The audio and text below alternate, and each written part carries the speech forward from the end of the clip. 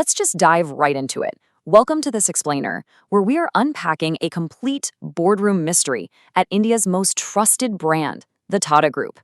When a leader who has poured 4 decades of his life into a company suddenly says, "I'm out," it obviously raises eyebrows.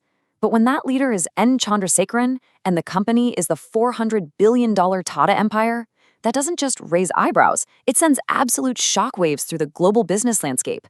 Today, we're going to break down exactly what happened behind those closed boardroom doors, the massive power struggle at play, and what this actually means for the future of one of the world's most powerful conglomerates. But before we even get into the why of it all, we have to look at the immediate, real-world fallout. The very second the news broke that Chandra would essentially just ride out his current term until February 2022 and absolutely not seek reappointment, the market reacted violently. Just look at this drop. TCS, their IT powerhouse, tumbled 4.1%. Tata Motors, the guys who own Jaguar Land Rover, dropped 2.8%. Tata Steel fell nearly 2%, and Tata Power took a hit too. It's a classic case of markets absolutely hating uncertainty. Losing a deeply trusted captain at the helm of a ship this massive? Yeah, that triggered an instant, measurable panic. Section 1. Chandrasekaran's historic achievements. Now, to truly grasp why this resignation is such a colossal deal globally, we have to rewind a bit and look at his ridiculously successful 40-year run with the group. This guy didn't just maintain the status quo, he completely rewrote the playbook. He started way back in 1987, climbed all the way to CEO of TCS by 2009, and finally claimed the absolute top spot as chairman of Tata Sons in 2017. And if you want proof of his impact, you just have to look at this absolutely staggering number right here.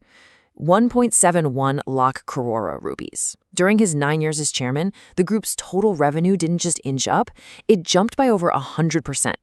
But the crazy part, the net profit, the actual profit after tax, skyrocketed an unbelievable 5-fold to reach that 1.71 lakh crore mark.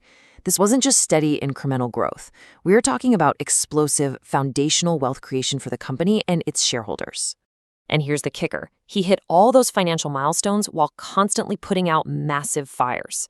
His time at the top was definitely not a walk in the park. He had to steer the ship through the tragic aftermath of an Air India plane crash, fight off intense global pricing pressure on TCS, and deal with some very severe cyber attacks on Jaguar Land Rover. But while managing all that chaos, he was still making these incredibly bold, forward-thinking bets. He spearheaded the Air India acquisition and poured billions into future-proofing the entire group. Think semiconductor manufacturing, battery gigafactories, and major digital platforms. So this track record makes the mystery even deeper, right? Why on earth would a leader step down right at the absolute peak of his success? Section 2. Tata Sons versus Tata Trusts. This is where things get really interesting. To find our answer, we have to stop looking at the balance sheets and start looking directly at the boardroom dynamics.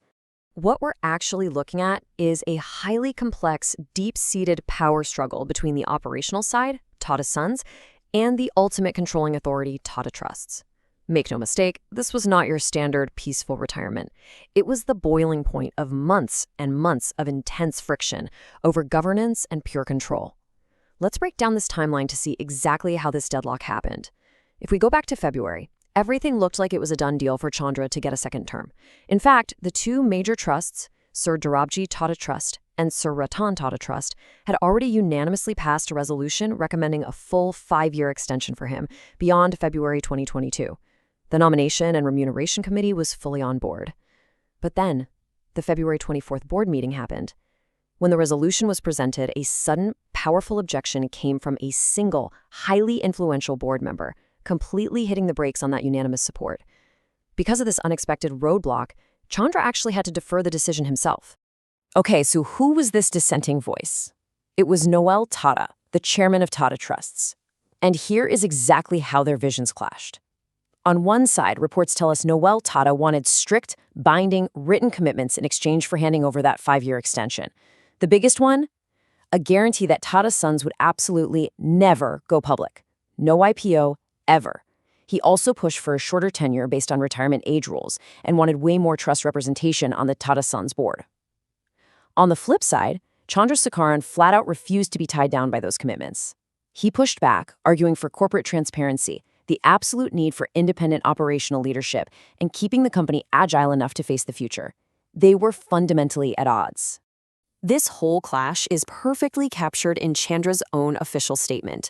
While he was super gracious about his 40-year journey, his sheer frustration over this corporate paralysis was impossible to miss. He pointed out that 6 whole months had dragged on since that February meeting with zero resolution. And for a behemoth conglomerate juggling multiple critical milestone projects, well, he basically said, look, leading this organization requires absolute leadership clarity. Since he didn't have that unified backing, he essentially threw in the towel and said he was no longer seeking reappointment, completely removing himself before the August 18th annual general meeting where the final vote was supposed to happen.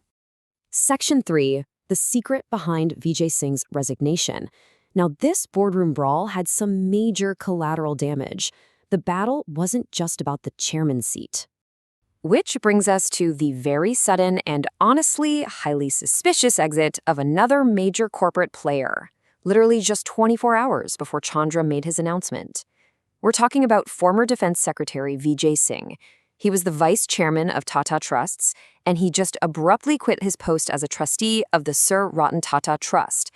What makes this so incredibly weird is the timing. His term was naturally going to expire on August 14th anyway, but he just packed up and left 3 days early.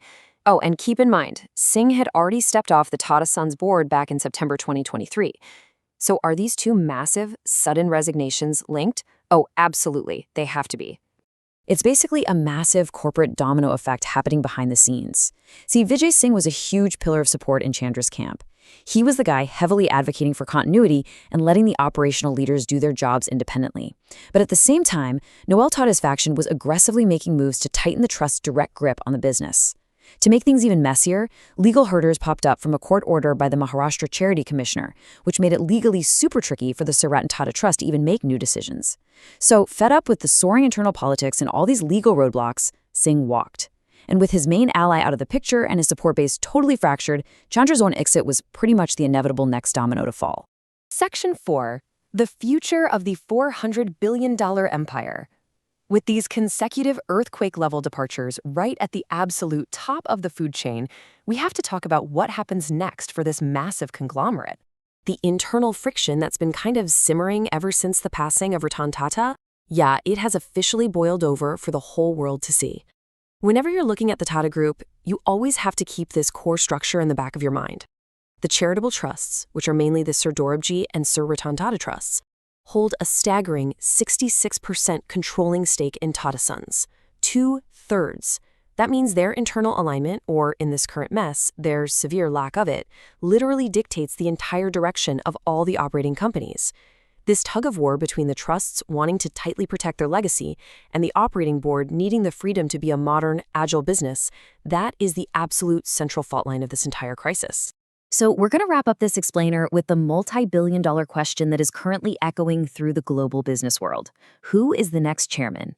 With Chandrasekaran formally pulling himself out of the running, the board is now staring at a ticking clock to find a heavy-hitter successor by February 2022.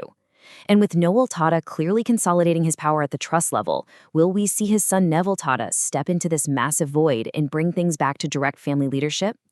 The uncertainty definitely has investors sweating, and you better believe the entire corporate world is watching this closely. So I'll leave you with this. Who do you think is actually capable of stepping up and commanding a $400 billion empire?